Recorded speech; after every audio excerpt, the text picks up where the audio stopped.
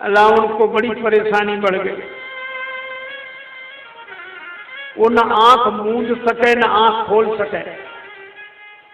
आंख खोले तो जली हुई लंका दिखे और आंख बंद करे तो हनुमान जी की पूंछ दिखे।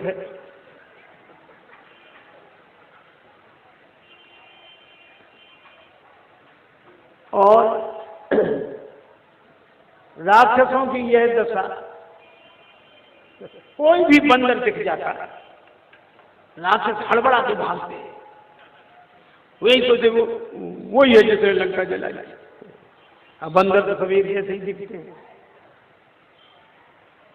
वहां निशाचर रहाई सशंका, जब ते जारी गए कपिलंका।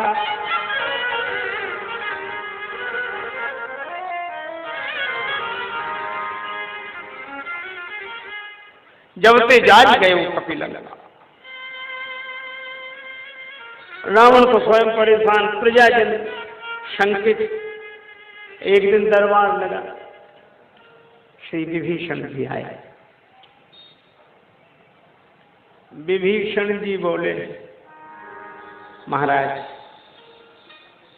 मेरी मानिए तो तात चरण गही, मांगू राखहु मोर दुलार।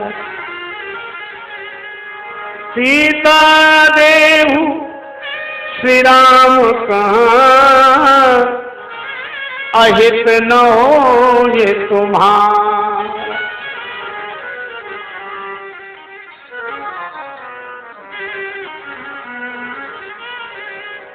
श्री सीता जी राम। रावण बोला, मुझे समझा रहे हो? मुझे जानते हो ये लंका क्यों जली? तुम्हारी नीति मानने से। तुम्ही ने कहा था नीति विरोध न मानिए दूता। तुम्हारी नीति मानी, हमारा सब जलकर नष्ट हो गया। इसका अर्थ है कि तुम जिसे समझाते हो, तुम्हारी बात जो मानता है उसका सब कुछ नष्ट हो जाता है। तो ये नीति हमें काहे को समझा रहे हो? सठ मिल जाओ उससे नहीं कहो नीति। ये नीति उन्हें समझाओ ताकि उनके यहाँ आग लगे। तुम्हारी वजह से हमारे यहाँ आग लगे। विभीषण जी ने कहा कि ऐसा न कहें अग्रज, जो आग लगी है उसका दुख हमें। तुम्हें क्या दुख होगा? तुम्हारा मकान जला, जो तुम्हें दुख हो। बड़े आए दुख देने मानने वाले। मैं पूछता हूं, जब पूरी लंका जली तो तुम्हारा घर क्यों नहीं जला? अच्छा, आगे विचार करके देखें तो जब बंदर को मृत्युदंड दिया जा रहा था तब तुम ही बीच में आए थे कि और कोई सजा दे दे। तो बंदर को बचाने के लिए तुम आए और बंदर ने तुम्हारा मकान बचाया। इसका मतलब है तुम दोनों की मिली जुली भगत है, पहले से मिले जुले हो। अब ये काम हनुमान जी ने कर दिया। कैसे कर दिया? हनुमान जी ने 4 नीतियों का प्रयोग किया सुंदरकांड में। 4 नीतियां कौन सी? साम, दाम, दंड, भेद। साम कहते हैं समझा बुझा दो, हाथ जोड़ लो, मान जाए, मामला खत्म करो। तो साम नीति कहाँ है? विनती करो जोरी कर रावण, ये साम नीति।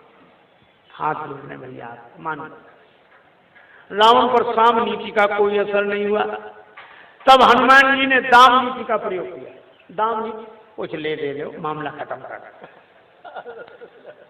दाम नीति में लोभ दिया जाता है। हनुमान जी ने कहा कि देखो, तुम अगर हमारी बात मान जाओगे तो बड़ा फायदा होगा। क्या फायदा होगा? राम चरण पंकज उर्धरहु, लंका अचल राज तुम कर। लंका तुम्हें अच्छी लग रही? हाँ लग रही, हमेशा बनी रहेगी। ये दाम नीति है। साम नीति का प्रयोग किया, दाम नीति का प्रयोग किया, पर रावण का असर ही ना हो। उसके आगे सब हाथ ही जोड़े रहते।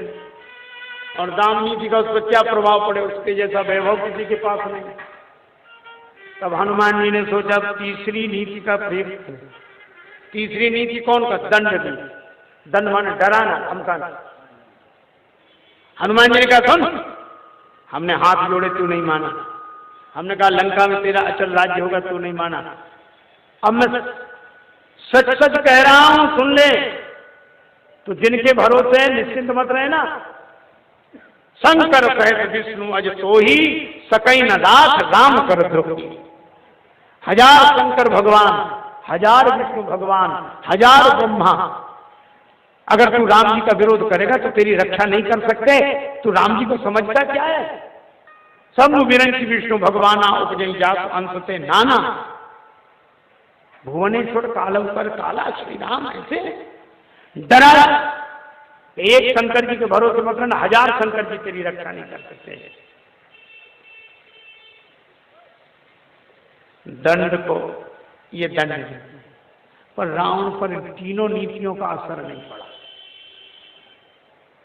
हनुमान जी ने कहा एक ही नीति बची है। कौन सी? बोले भेद नीति। भेद नीति में क्या है? फूट डाली जाती है, फूट। एक आदमी कह रहा था कितनी खास मित्रता से बंधे हुए दो मित्र हों, महाराज हमें ऐसी कला मालूम है, 2 मिनट में उन्हें अलग कर सकते। हमने कहा 2 मिनट में? 2 मिनट बहुत, 1 मिनट में। हमने ऐसा क्या जानते? बोले मंत्र जानते। कितने ही खास मित्र हो? तो हमने कहा मंत्र? बोले आपको बता दे। हमने कहा हमें नहीं सुनना। बोले मान तो ले, प्रयोग मत करना, सुन ले। उसने हमें बताया था, हम आपको बता रहे हैं, प्रयोग हमने भी नहीं किया, आप भी मत करना। वो कह रहा था कि कितने ही खास मित्र हों तो वे साथ ही साथ रहेंगे, सोना जागना, घूमना फिरना साथ साथ। और दोनों जब साथ साथ जा रहे हैं तो 2 में से एक को बुला लो, भैया जरा सुनना। तो एक को बुलाओगे तो दोनों ही आएंगे। तो हाथ जोड़ कर वो आप जरा इनसे जरा बात करें आप। तो मित्र कहे क्या बात? तो वो कहे चले जाओ, क्या बात सुन लो, क्या? अब वो कहे क्या बात बोलो ना, प्राइवेट बात, कान में कहेंगे। हाँ बोलो बोलो क्या? तो कान में कहो कुछ नहीं, 2-4 बार ऐसे ऐसे होंठ हिला कहना अपना कुछ। और वो कहे क्या क्या? अब आप तो खुद समझना, कहना काम बन गया, बस कुछ नहीं करके सब कुछ कर दिया। अब वो तो पूछेगा ही क्यों, क्या कहा उन्होंने? अरे कुछ नहीं कहा। अरे कैसे नहीं, तुम्हें बुलाया, कह तो रहा है। नहीं सचमुच कुछ नहीं कहा। अच्छा हमसे भी छिपाने लगे? अरे नहीं नहीं सचमुच नहीं छिपाने, कहा हो सब तो कहें। नहीं अब खैर जाने तो मत बताओ। और बोले बताएं क्या? बताया ही नहीं उसने कुछ। बोले ऐसा कैसे हो सकता है? तो वो यही कहेगा तुम्हारी कसम, उसने कुछ नहीं कहा। तो कहेंगे देखो बताओ चाहे मत बताओ, पर हमारी कसम मत खाओ, हम इतने फालतू नहीं है, हमें मिले कसम खाना, एक से एक बताना जाए। और ये मित्रता थी, हमने कभी तुमसे कुछ नहीं छिपाया, तुम छिपाए हो गया। ये है भेद नीति। लेकिन हनुमान जी ने क्यों प्रयोग किया? देखो हनुमान जी सदगुरु हैं, कृपा करो गुरुदेव की नाई। और सदगुरु वैद्य, वैद्य विष को भी औषधि बना देता है। तो हनुमान जी भेद नीति का प्रयोग किए तो उन्होंने 2 काम किए। रावण को जिससे शक्ति मिल रही थी और जो रावण से अलग नहीं हो पा रहा था, विभीषण। हनुमान जी समझ गए कि रावण पर तब तक भगवान कुपित नहीं होंगे जब तक विभीषण इनके साथ। और विभीषण ये सोचते हैं कि रावण सबके लिए बुरा है पर हमारे लिए तो ठीक है, हमसे तो कुछ नहीं कहता है, तो खराब आदमी लेकिन हमसे कुछ नहीं कहता। कई लोग आ रहे थे, लोग कहते है तो खराब लेकिन हमसे आज तक कुछ नहीं कहा। अरे धोखे में उतरे ने, जब खराब है तो तुम्हारा भी मौका आने दो, है विभीषण बोले है सब, लेकिन भाई है। हनुमान जी बोले ठीक है। अब विभीषण जी को अलग करना था, क्योंकि विभीषण अलग जब तक नहीं हुए तब तक भगवान ने रावण के मारने का निश्चय नहीं किया। वेद विरुद्ध महीसुर साधु सशोक किए सुरलोक उजारो, और कहा कहो तीय हरि तबहू करुणा तर कोप न धारो, तबहू करुणा निधि कोप न धारो, सेवक छोहत छाड़ी क्षमा तुलसी लख्यो राम स्वभाव तिहारो, और तौलो न दाप दल्यो दस कंधर, जोलो विभीषण लात न मारे। और हनुमान जी ने कहा विभीषण को अलग करें, तो आप समझाते तो अलग हो जाएं। हनुमान जी बोले समझाने से सब अलग नहीं होते, दो चीजें चाहिए। संत की बात तब लगती है, तब असर करती है जब अपनों की लात लगती है। अच्छा, कई लोगों को अपनों की लात तो रोज लगती पर उन्हें बात नहीं लगती, वे रोज पिटते हैं और बात, और जिन्हें बात लगती है उन्हें लात नहीं लगती, दोनों लगे हैं। देखो बात बेकार नहीं जाती। एक सज्जन बोले सत्संग करने से क्या फायदा है, संतों के वचन सुनने से क्या फायदा? हमने फायदा है। बोले हमें तो कुछ फायदा नहीं दिखाई देता।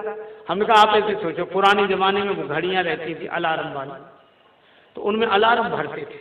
अच्छा आप बताओ, जब भरते थे तभी बजता था? घड़ी में जब अलार्म भरते तब नहीं बजता, और ये समझ में नहीं आता कि क्या कर रहे हैं, पर तब तो नहीं बजता। लेकिन घड़ी में अलार्म जिस समय के लिए भरा जाता है उस समय बजता है कि नहीं? जरूर बजता है। इसी तरह सत्संग है, ये हमारे मन की घड़ी में सत्संग का अलार्म अभी भरा जा रहा है। ये अब तो नहीं बज रहा है, लेकिन जब के लिए भरा जा रहा है तब जरूर बजेगा, और बजकर आपको जगा देगा। इसमें कोई जगा, ये भरा हुआ घड़ी का अलार्म बेकार नहीं जाता, किया हुआ सत्संग बेकार नहीं जाता, लेकिन समय पे बजता है। ये संत की बात तब याद आती है जब अपनों की लात लगती है। एक सज्जन, देखो कितनी अद्भुत बात, विभीषण जी महाराज गए रावण के पास। रावण ने बहुत, विभीषण जी की बात तुरंत मान लेता था रावण, पर आज नहीं मानी। क्यों? हनुमान जी भेद डाल गए। रावण का मकान जलाए नहीं, पूरी लंका फूंक दी, तो फूट पड़ गई थी नहीं? रावण बोला हम तुम्हारी मान ही नहीं सकते, तुम्हारा मकान क्यों बचा? इसलिए पक्का है ममपुर बस तब सन प्रीति, सठ मिल जाओ कि नहीं तो नीति। विभीषण जी ने बहुत चरण पकड़े, पर असकै कीन चरण प्रहारा, लात मारी। बस यही है, झूठे रिश्ते झूठे नाते किसका कौन हुआ है? झूठे रिश्ते झूठे नाते किसका कौन हुआ है? कब बाजी उल्टी पड़ जाए जीवन एक जुआ है, कब बाजी उल्टी पड़ जाए जीवन एक जुआ है। परछाई भी होती पराई, परछाई भी होती पराई, सुख की आंख सजो मेरे भाई, सुख की आंख सजो मेरे भाई। ये जगत बड़ा सुखदाई, जगत बड़ा सुखदाई,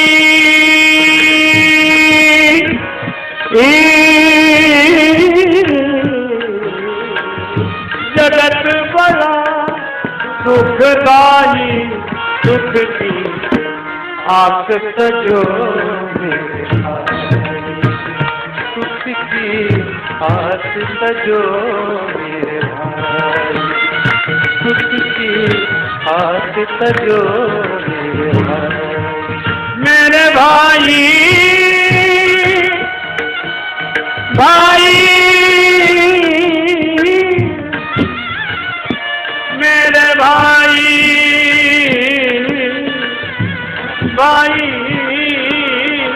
भाई,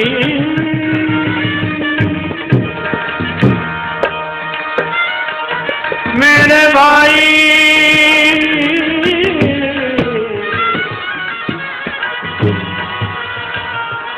आसत जो मेरे भाई, मेरे भाई, मेरे